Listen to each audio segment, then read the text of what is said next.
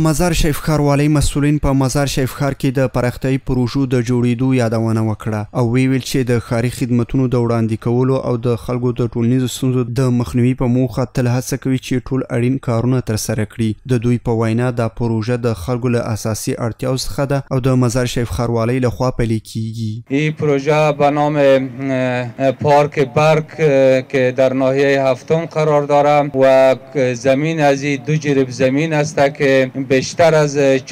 میلیون افغانی بودجه از است و انشالله در 2 ماه تکمیل خواهد شد. پروژه در این شهر داره به خاطر بهبودی و آبادی این شهر و اگر یک پروژه یک کار کوچک هم باشه ما شما باید خرسند باشیم و خوش باشیم. الحمدلله ادارات اماراتی شب و روز میکشه اگر در بخش امنیت باشه و در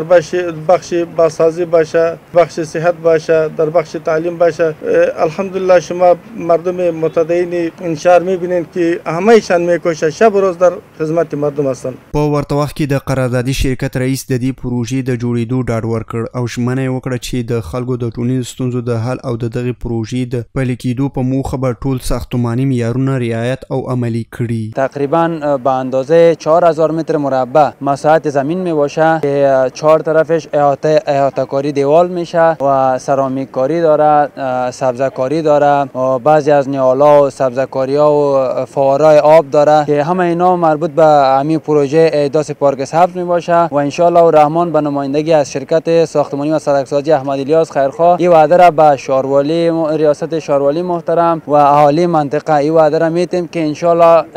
این پروژه را به وجه احسنش به اتمام رسانده و تمام امورات ایجابی آن مد نظر گرفته ان شاء الله تکمیل میکنیم. سږ کال په بلخ کې د اسلامي امارت د مسؤلینو او په ځانګړې توګه د مزار شریف ښاروالۍ له لوري په مزار شریف ښار کې د مثبت بدلون په موخه 4 پراختیايي پروژې پلان شوي او پلي کیږي.